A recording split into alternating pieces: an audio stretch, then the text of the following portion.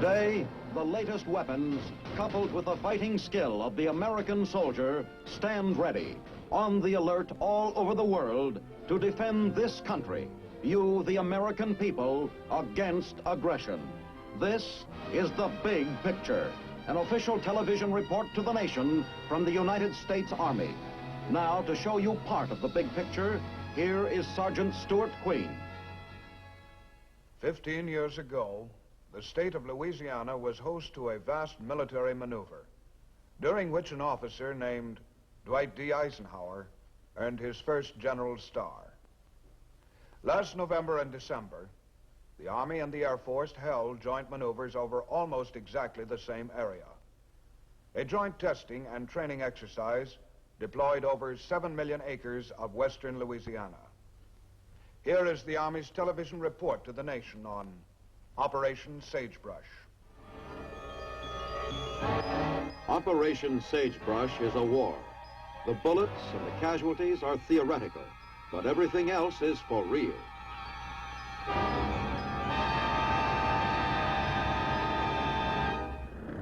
The men in this convoy are going to see an invasion. An enemy of the United States attacking through the Gulf of Mexico has secured a foothold on the shores of southern Louisiana. And remarkably, although these men are American soldiers, they don't care who wins. These are the umpires. Here at the umpire school, they learn the rules whereby they will decide the outcome of the battles they will soon observe. It is their judgment which will determine who wins and who loses. Stationed on both sides of the impending conflict, they will communicate through a top-secret radio network. Atomic weapons require wide dispersal of troops, thus complicating the problems of communication and control, both for combat commanders and during sagebrush for the umpires. Simulated atomic weapons are a major feature of the maneuver.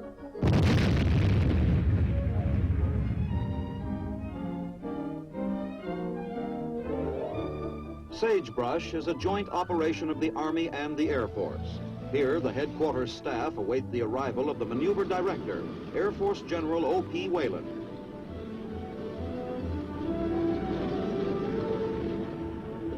In scope, Sagebrush equals a theater of operations in a major war.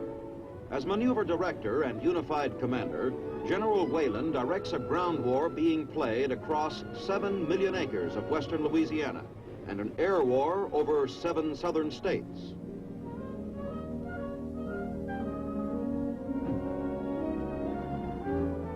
An incidental feature of the exercise is the elevation of Camp Polk to full-fledged status as a permanent fort.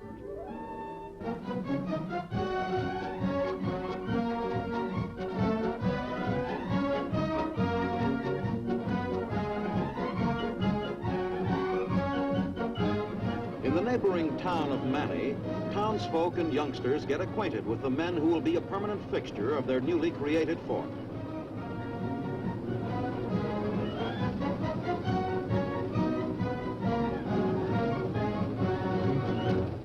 Louisiana seems to like the Army.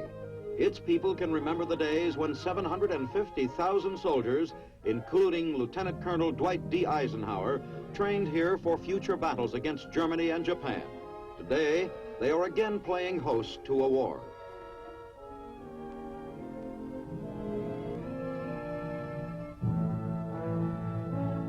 This is something new. The 280mm atomic cannon, new to Louisiana and to most of the rest of the world. 37 visiting military attachés from as many countries find the atomic cannon especially intriguing. Although it weighs 85 tons, the atomic weapon can be put into action with greater speed than any heavy field artillery piece now in use. The Secretary of the Army, Wilbur M. Brucker, arrives for a tour of the operation.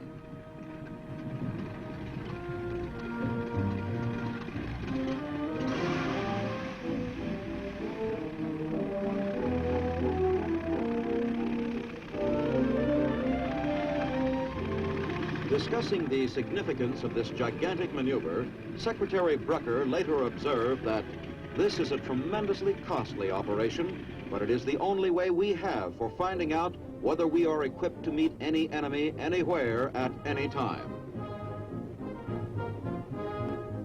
Aerial reconnaissance is one of the best ways we have of maintaining a day-to-day check on the enemy's battle potential.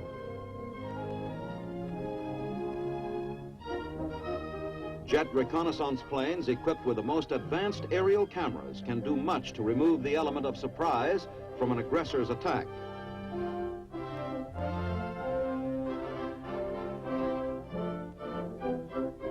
Aerial photographs are used for mapping enemy terrain, spotting his troop concentrations, studying the effects of bombing missions and artillery barrages.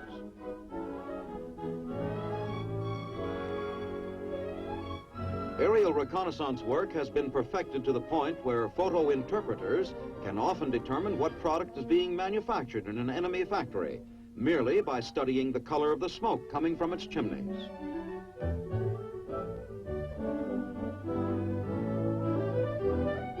The importance of aerial photography to a military operation is graphically revealed in a single statistic: the fact that by the end of World War II, aerial photographers were making over 20 million photographs a month. Because of the destructive capability of atomic weapons, the detection of worthwhile targets such as large concentrations of troops or supplies takes on added significance for both sides. To avoid offering targets on the atomic battlefield, troops, supplies, and munitions must be spread thinly over a wide area and be continuously on the move. Skycav, another form of combat reconnaissance, still in the experimental stage. The backbone of Skycav is the modern helicopter. Here we see a type often called the flying banana. This Skycav unit belongs to the aggressor, that make-believe invader operating from his southern Louisiana beachhead. This operations officer wears the aggressor uniform.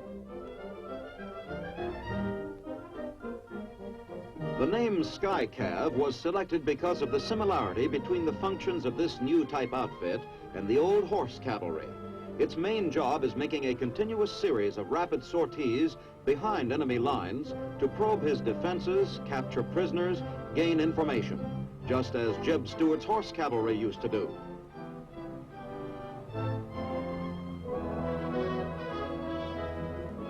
Skycav uses many electronic devices, including airborne television cameras. But its real value is the combination of many different types of vehicles and technical specialists into a single compact unit. Skycav is a good example of the kind of information being sought in this maneuver, the application of new methods to old problems.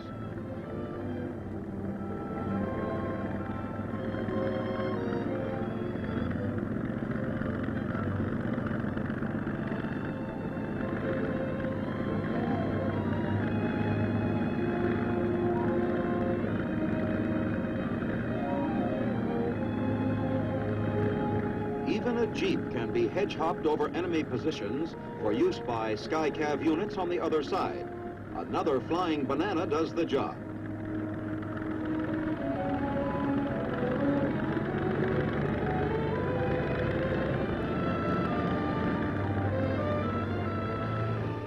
Ever wonder what a helicopter ride would be like? Well, come along with one of our big picture cameramen and find out.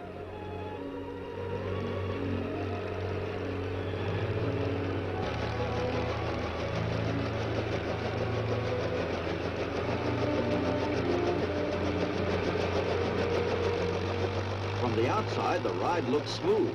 Inside, things get rather shaky.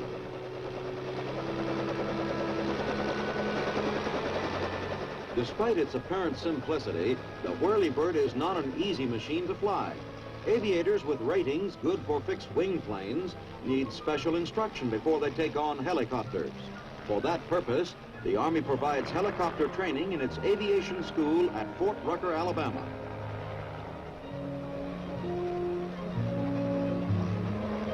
The advantages of the mobile, low-flying helicopter for frontline reconnaissance are obvious. The reply to enemy reconnaissance, of course, is camouflage. As the art of aerial reconnaissance progresses, the counter-art of camouflage advances right with it. For as atomic weapons become part of the military picture, letting yourself be seen by the enemy invites instant destruction. Even telltale tracks must be removed. With proper concealment, life proceeds unmolested, affording time to build up strength you're soon going to need.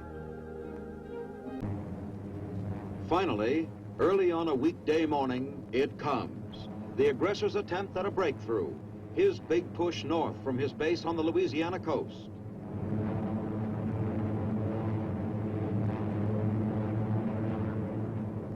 Exercise Sagebrush includes some of the largest paratroop maneuvers ever held.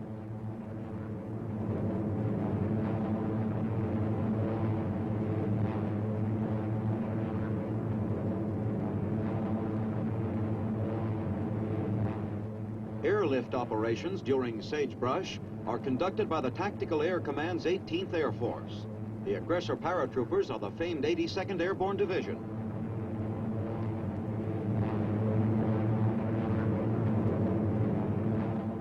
The concept of troop carrier operations began in 1930, when Stalin made it a major part of the Moscow War Games. Hitler also took the aerial route into Poland, Norway, Crete, and the Netherlands.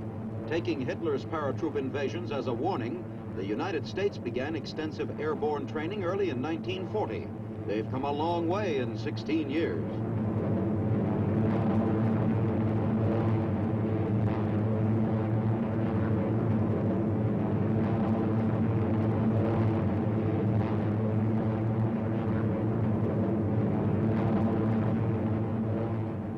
Undoubtedly, the most important advance has been the development of techniques for parachute delivery of heavy equipment.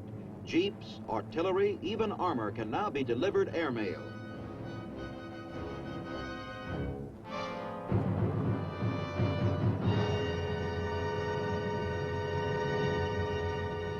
Surprise and instant action are the paratroopers' stock in trade. Even so, opposition on the ground is stiff. Enemy armor like this is always a particularly serious threat to paratroops.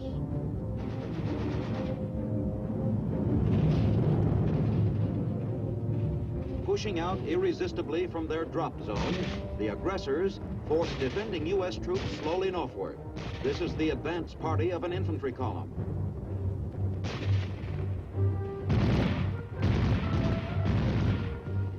Light artillery flown in by air hammers at U.S. defenses.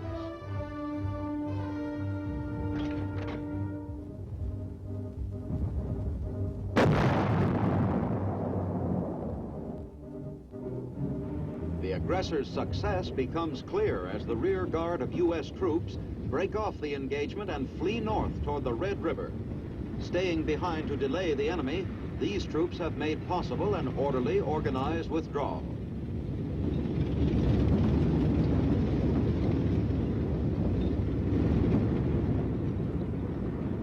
The lucky ones ride. The rest of them walk out. The men move cautiously, on the watch for possible ambush by aggressor airborne units.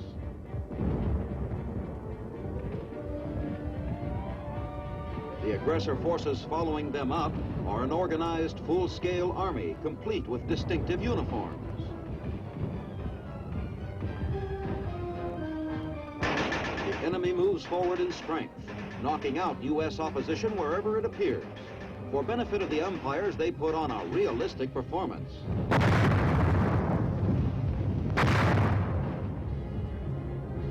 Reaping the fruits of planning and surprise, the aggressor pushes forward until he has backed our troops up to Louisiana's Red River, 100 miles from the aggressor's original beachhead on the Gulf.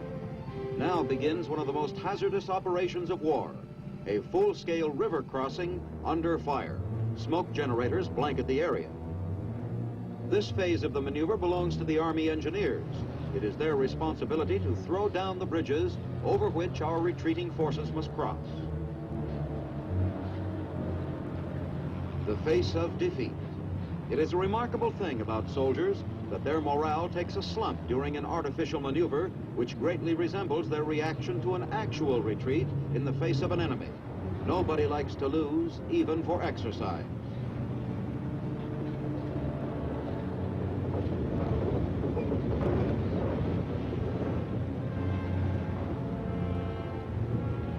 As atomic weapons have complicated the logistical problem of supply, so they have increased the difficulty of such tactical maneuvers as crossing a river. Bridges have a way of not lasting very long.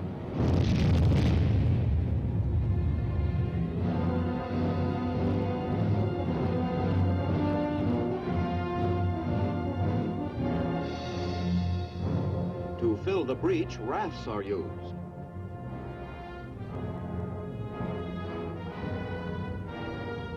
A machine gun team fights a risky and vital delaying action.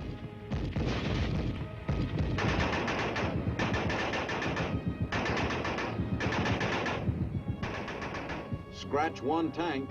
Here comes the man with a white hat and the big white card that says, "You've had it."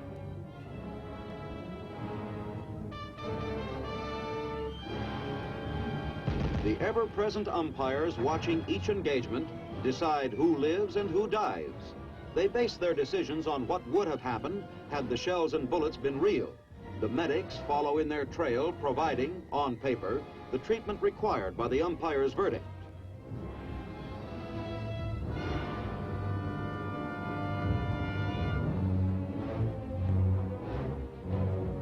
But there's a good side to everything. If you have to be a casualty, this is the way to do it.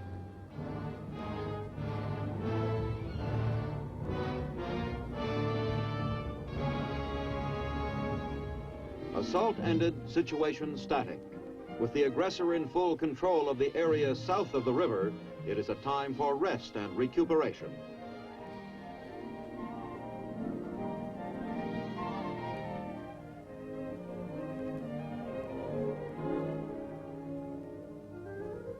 This operation is for real.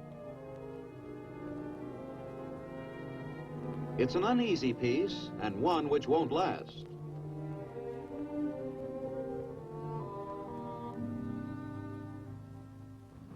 Jets of the Tactical Air Command stream into the air to begin the softening up of the enemy as U.S. forces prepare to move back across the river.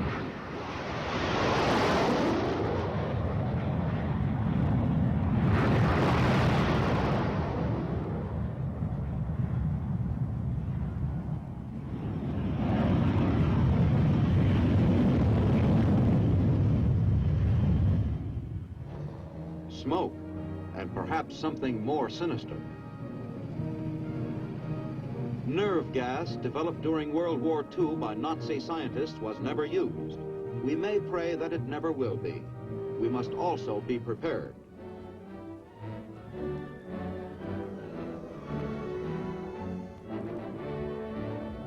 As ground forces prepare to follow up the airstrike and artillery barrages, a forward observer searches for enemy gun emplacements. The rumble and dust of convoys becomes an omnipresent thing. As many miles apart, the widely dispersed units of an atomic-age army begin a coordinated assault.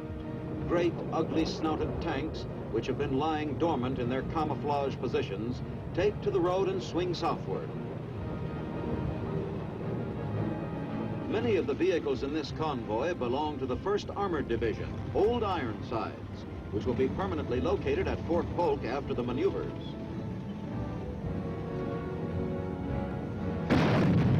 Opposing the 1st is the 4th Armored Division, a member of the aggressor forces.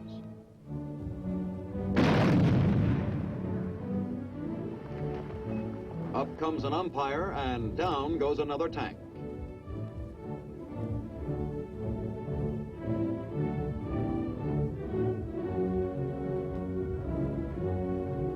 Watching the action along the road, an umpire plants an explosive charge to signal the destruction of still another iron-plated vehicle.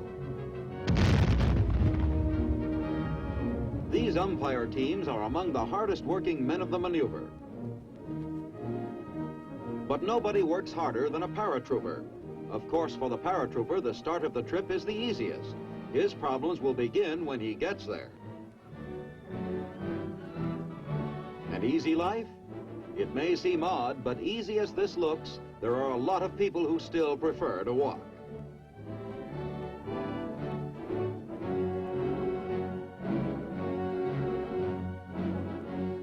Even so vast an area as 7 million acres is small challenge to a paratrooper, nor does it afford full play to the tactics which are his chief reliance. Far-ranging maneuver, and sudden attack in unexpected places. But expected or unexpected, they will manage to make themselves thoroughly unwelcome to the enemy.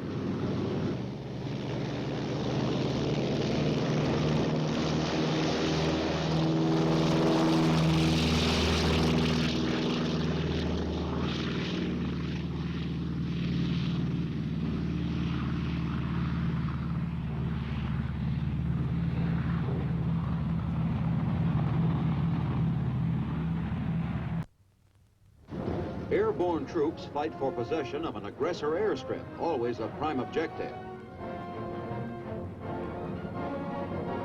Once the airfield is secured, men, supplies, and heavy equipment can be flown in by the Air Force carrier outfits. Unfortunately, the aggressor is still aggressive. He doesn't seem to know he's losing.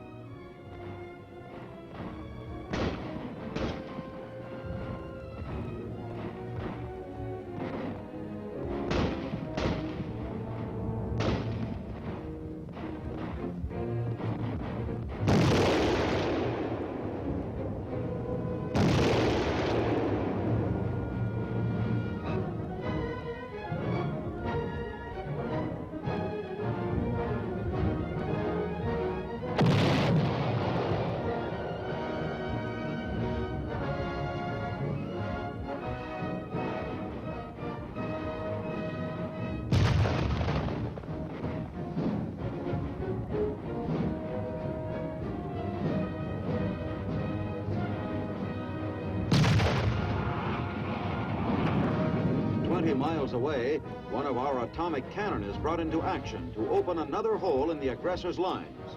It must go through the actual motions of firing before the umpires, miles away, will set off the charge which simulates an atomic explosion.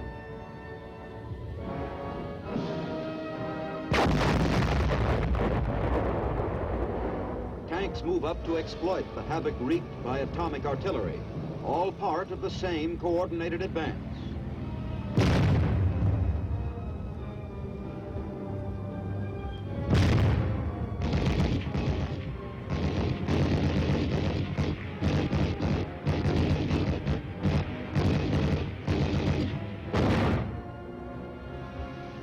Friendly forces following up the atomic barrage still encounter opposition, and plenty of it. This is an important lesson. Atomic bombs and atomic artillery are terrible weapons, but they still leave the enemy with some fight in him. To find out just how much fight is the chief purpose of our A-bomb tests, and one of the reasons for Sagebrush. The aggressor starts pulling out. Overwhelmed by superior forces, backed by superior weapons, he begins his long retreat toward the Gulf of Mexico, from whence he came.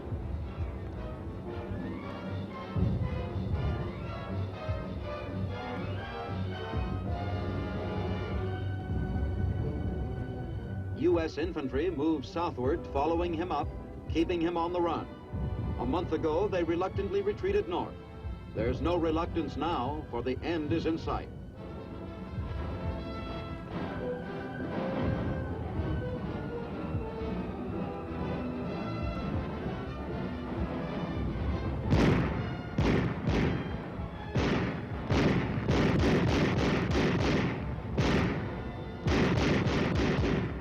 Suddenly, it's all over. The aggressor's strength dissipated, his forces disorganized, his men cease to be part of an organized army. His last-ditch guerrilla fighters are destroyed or rounded up and imprisoned. Aggressor troops not only wear distinctive uniforms, but have their own field manuals, and even in some respects a special language. In this way, frontline intelligence officers are confronted with realistic problems as they interrogate prisoners.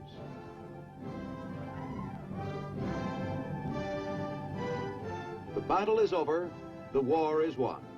All that remains is to pick up the pieces.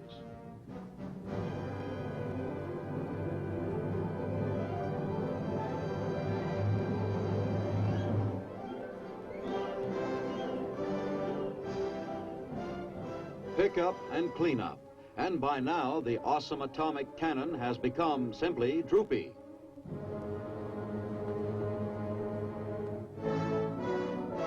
Thus ends 4 weeks of simulated atomic havoc over 7 million acres of Louisiana marshes and farmlands, the largest non-combat maneuver since World War II.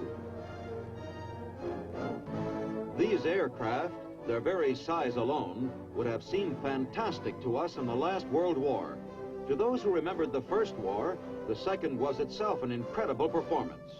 Wars are always different, and a nation dies when its leaders make the terrible error of trying to fight the next war in terms of the last. To avoid that catastrophe is the reason Sagebrush was held. While troops are packing up and heading for home bases, top Army and Air Force officials have already begun their laborious review of the gigantic maneuvers as they try to assess the lessons learned.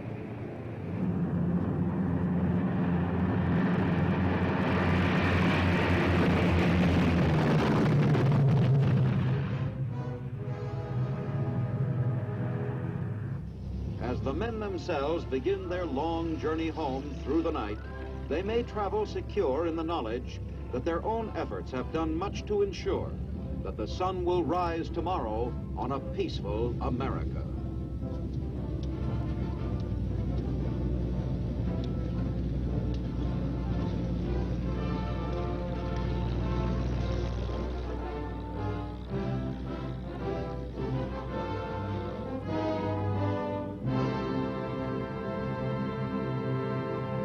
In an operation so gigantic in scope as Operation Sagebrush, many months are required for the experts to analyze its fullest significance.